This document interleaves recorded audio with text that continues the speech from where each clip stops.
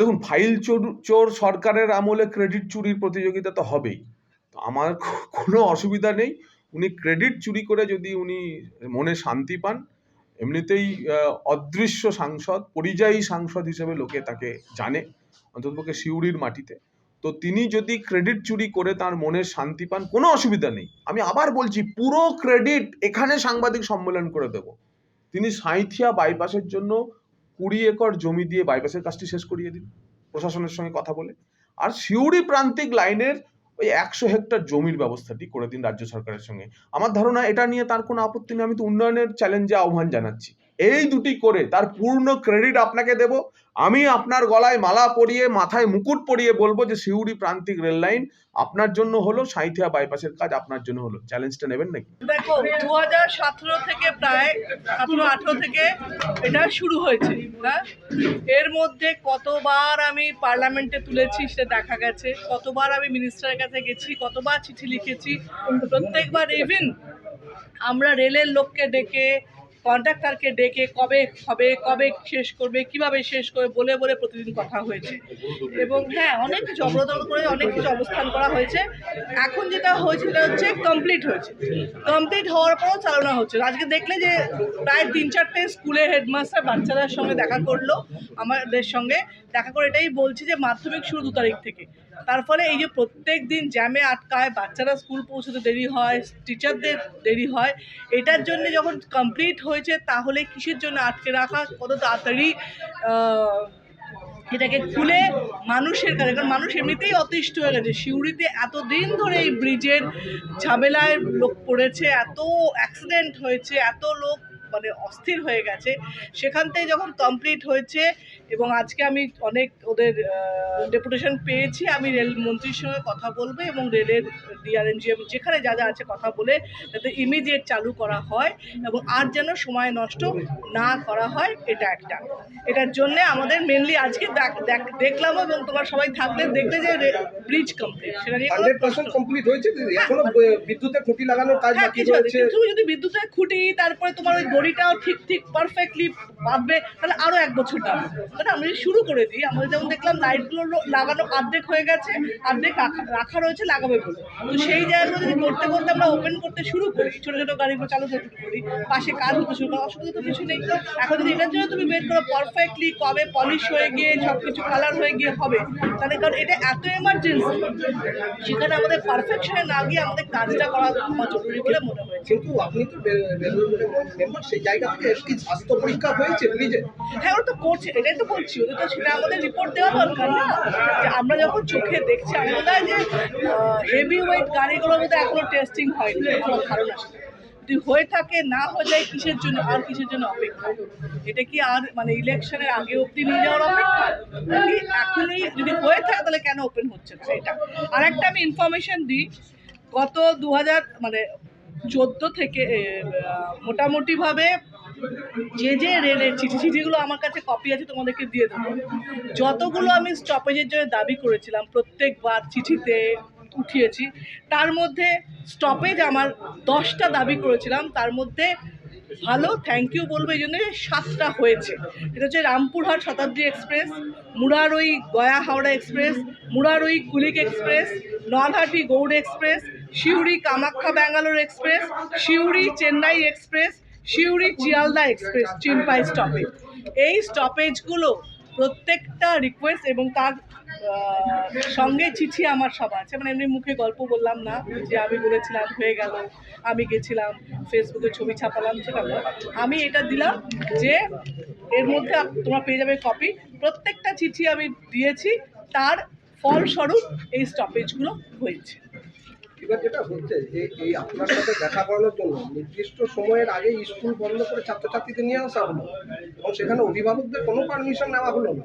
সেটা জিজ্ঞেস করতে হবে, আমি সেটা জানি না, পারমিশন এসে না। টিচাররা যদি নিয়ে আসে, আমাকে টিচাররা এসছে এবং টিচার স্টুডেন্টদের সঙ্গে কথা বলিয়েছে।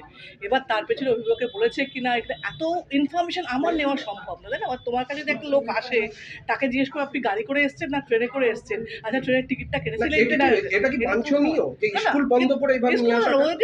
এসছে হেডমাস্টারকে জিজ্ঞেস করো যে উনি যদি নিয়ে এসছেন আমার কাছে, ওদের কাছে মনে হচ্ছে জরুরি হয়তো এটা, সেজন্য এসছে। কিন্তু তার ইয়েতে আর দ্বিতীয়ত আজকে যে আমি কোনো এই যে স্কুলই বন্ধ হয়নি, কারণ টাইমটা হচ্ছে 3:15 বেশিরভাগ। তাদেরকে নিয়ে ওখান থেকে বের না, করা হয়েছে, মানে 3:25 সময় এখানে নিয়ে আসা হয়েছে, পরীক্ষা হয়। 3:40 পর্যন্ত স্কুল। হ্যাঁ, তাহলে তার স্কুল ছুটির আগে থেকে নিয়ে আসা হয়েছে। একটা ক্লাস কম করেছে। স্কুল আমার মনে হয় না সেটা খুব একটা অসুবিধা হয়েছে, কিন্তু তাই না? বাঞ্ছনীয় কি? না, বাঞ্ছনীয় অনেক কিছুই নয়, তোমার প্রশ্ন অনেক বাঞ্ছনীয় নয়, তাই না?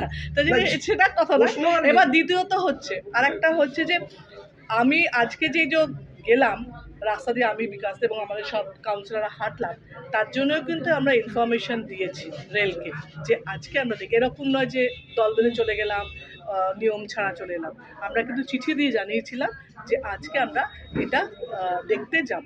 সুতরাং এইটা ইনফরমেশন দিয়ে আমরা এসেছি। আজকে এটা কি রাজনৈতিক কর্মসূচি ছিল? না, রাজনীতি না, রাজনৈতিক দেখো, আমি রাজনীতি যদি হই, রাজনীতির জায়গা থেকে আমি যদি হই সাংসদ, তো রাজনীতি তো সব কর্মসূচি তো রাজনীতি।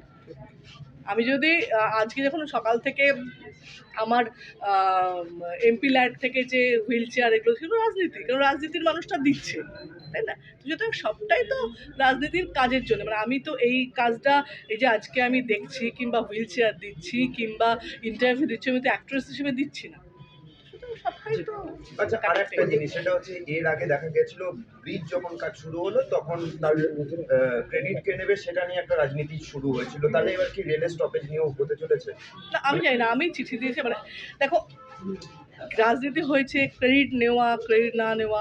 যদি বলো ক্রেডিট জন্য, তো তারা এতদিন ধরে ফেসবুক ছিল, ক্রেডিট নেওয়ার জন্য অনেক কিছু ছিল। ক্রেডিট আমি করেছি, কী করেছি ইতিহাস, ক্রেডিট নেওয়া। কিন্তু যেহেতু এখানে এসে দেখছি যে সবসময় এই প্রশ্ন আছে, কী করেছি, আমি কী করেছি না করেছি, তাহলে আমি তোমাদের কাছে একটা প্রমাণ দিলাম যে এগুলো আমি দিয়েছি। মানে আমি মুখে বলতাম যে আমি করেছি, তোমাদের কাছে প্রশ্ন আসতো দিদি আপনি করেছেন কি, কোথায়? যেন আমি তোমাদের কাছে আমার চিঠির কপি, এবং সেটা আজকে লেখা নয়, ব্যাকডেটেড, মানে 2014 তো সব সাল দেওয়া, ডেট দেওয়া, মিনিস্ট্রির কাছে নাম্বার দেওয়া। সুতরাং এগুলো আমি চেষ্টা করেছিলাম, তার ফল পেয়েছি সেটা।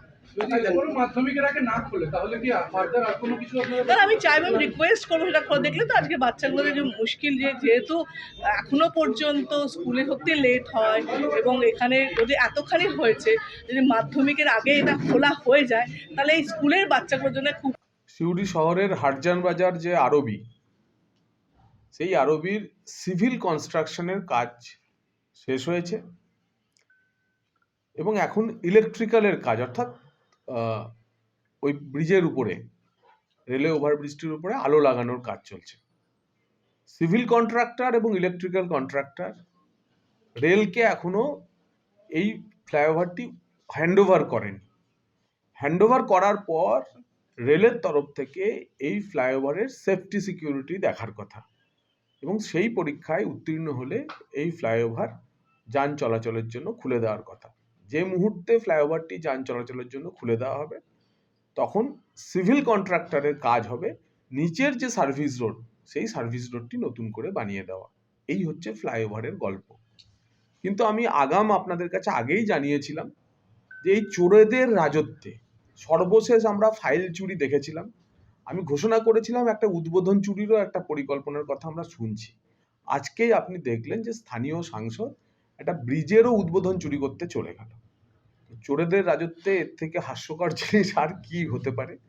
তো আপনারা নিশ্চিন্ত থাকুন, এই বন্দে স্লিপার অর্থাৎ বন্দে ভারত স্লিপারের উদ্বোধনের দিনও রেলমন্ত্রী শ্রী অশ্বিনী বৈষ্ণবজির সঙ্গে আমার বিস্তারিত এ নিয়ে কথা হয়েছে, এবং সেদিনের আলোচনার পরিপ্রেক্ষিতে আপনারা দেখেছেন রেল বোর্ড বীরভূম জেলার বেশ কয়েকটি ট্রেনের স্টপেজ দিয়েছে, এবং হাটজান বাজার রেলওয়ে ওভারব্রিজের উদ্বোধনও এই আলো লাগানোর কাজ এবং সরকারিভাবে রেলকে হ্যান্ডওভার করার পরেতেই খুব দ্রুত আনুষ্ঠানিকভাবে রেল শুরু করবে। কিন্তু আজকে যেটা জানা গেল যে মাননীয় সাংসদ স্কুলের বাচ্চাদের তাঁর এই রাজনৈতিক পরিদর্শনে সামিল করলেন। আমার মনে হয় এই স্কুলের কচিকাচাদের তার ওই রাজনৈতিক পরিদর্শনে সামিল না করলেই ভালো হতো। যেভাবে বাচ্চাদেরকে জোর করে রাস্তায় দাঁড় করিয়ে রাখা হলো, সেটা অভিপ্রেত ছিল না।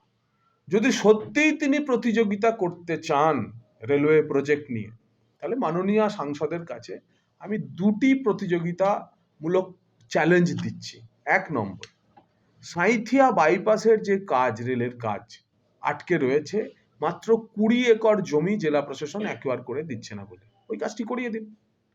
সাঁইথিয়া বাইপাস যে মুহূর্তে তার ওই উপর দিয়ে অর্থাৎ ওভারব্রিজের মতোই রেল লাইন যেখানে চালু হবে একটা সামান্য অংশ দিয়ে, তার ফলেতে হচ্ছে ফ্রেট লাইন অর্থাৎ পণ্যবাহী ট্রেনগুলি চলাচলের ক্ষেত্রে অনেক সময় সাশ্রয় হয়ে যাবে। ওই জায়গাটা দিয়ে ঘুরে এসে কলকাতার লাইনে যাওয়ার, হাওড়ার লাইনে যাওয়ার ক্ষেত্রে প্রচুর প্রতিবন্ধকতা রয়েছে।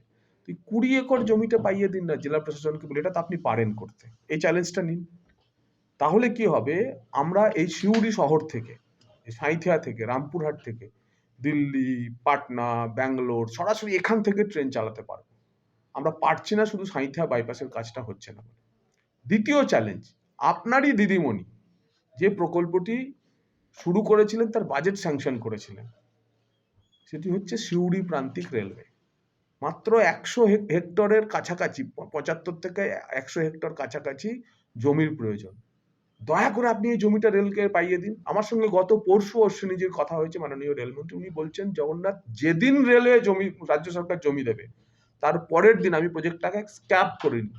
এখনো প্রতি বছর সিউড়ি প্রান্তিক রেলওয়ের জন্য বাজেট অ্যালোকেশন হচ্ছে, কিন্তু এই জমিটুকু আপনি মাননীয় সাংসদ পাইয়ে দিন। সিউড়ি প্রান্তিক, আপনার যদি সত্যিই দরদ থাকে সিউড়ির জন্য, সিউড়ি প্রান্তিক রেলওয়ে চালু করানো, বাজেট অ্যাপ্রুভ করিয়ে দায়িত্ব আমার। প্রয়োজনে আপনিও আমার সঙ্গে যাবেন, আপনার সঙ্গেও আমি যেতে পারি রেলমন্ত্রীর কাছে, হোক না উন্নয়নের প্রতিযোগিতা। এই দুটি চ্যালেঞ্জ আপনি নিন। যে সাংসদের আরো দাবি বলছি যে যে টপিক 10টি গুলো রাজ্যে সারিল মন্ত্রীকে চিঠি দিয়ে পড়িয়েছেন। 2014 সাল থেকে একটার পর একটা তিনি বলছেন আমি চিঠি দিয়ে জানিয়েছিলাম। দেখুন, ফাইল চোর সরকারের আমলে ক্রেডিট চুরির প্রতিযোগিতা তো হবেই। তো আমার কোনো অসুবিধা নেই, উনি ক্রেডিট চুরি করে যদি উনি মনে শান্তি পান, এমনিতেই অদৃশ্য সাংসদ, পরিযায়ী সাংসদ হিসেবে লোকে তাকে জানে, অন্ততপক্ষে সিউড়ির মাটিতে। তো তিনি যদি ক্রেডিট চুরি করে তার মনের শান্তি পান, কোনো অসুবিধা নেই। আমি আবার বলছি, পুরো ক্রেডিট এখানে সাংবাদিক সম্মেলন করে দেব। তিনি সাঁইথিয়া বাইপাসের জন্য 20 একর জমি দিয়ে বাইপাসের কাজটি শেষ করিয়ে দিন প্রশাসনের সঙ্গে কথা বলে, আর সিউড়ি প্রান্তিক লাইনের ওই 100 হেক্টর জমির ব্যবস্থাটি করে দিন রাজ্য সরকারের সঙ্গে। আমার ধারণা এটা নিয়ে তার কোনো আপত্তি নেই। আমি তো উন্নয়নের চ্যালেঞ্জে আহ্বান জানাচ্ছি। এই দুটি করে তার পূর্ণ ক্রেডিট আপনাকে দেব। আমি আপনার গলায় মালা পরিয়ে, মাথায় মুকুট পরিয়ে বলবো যে সিউড়ি প্রান্তিক রেল লাইন আপনার জন্য হলো, সাঁইথিয়া বাইপাসের কাজ আপনার জন্য হলো। চ্যালেঞ্জটা নেবেন না?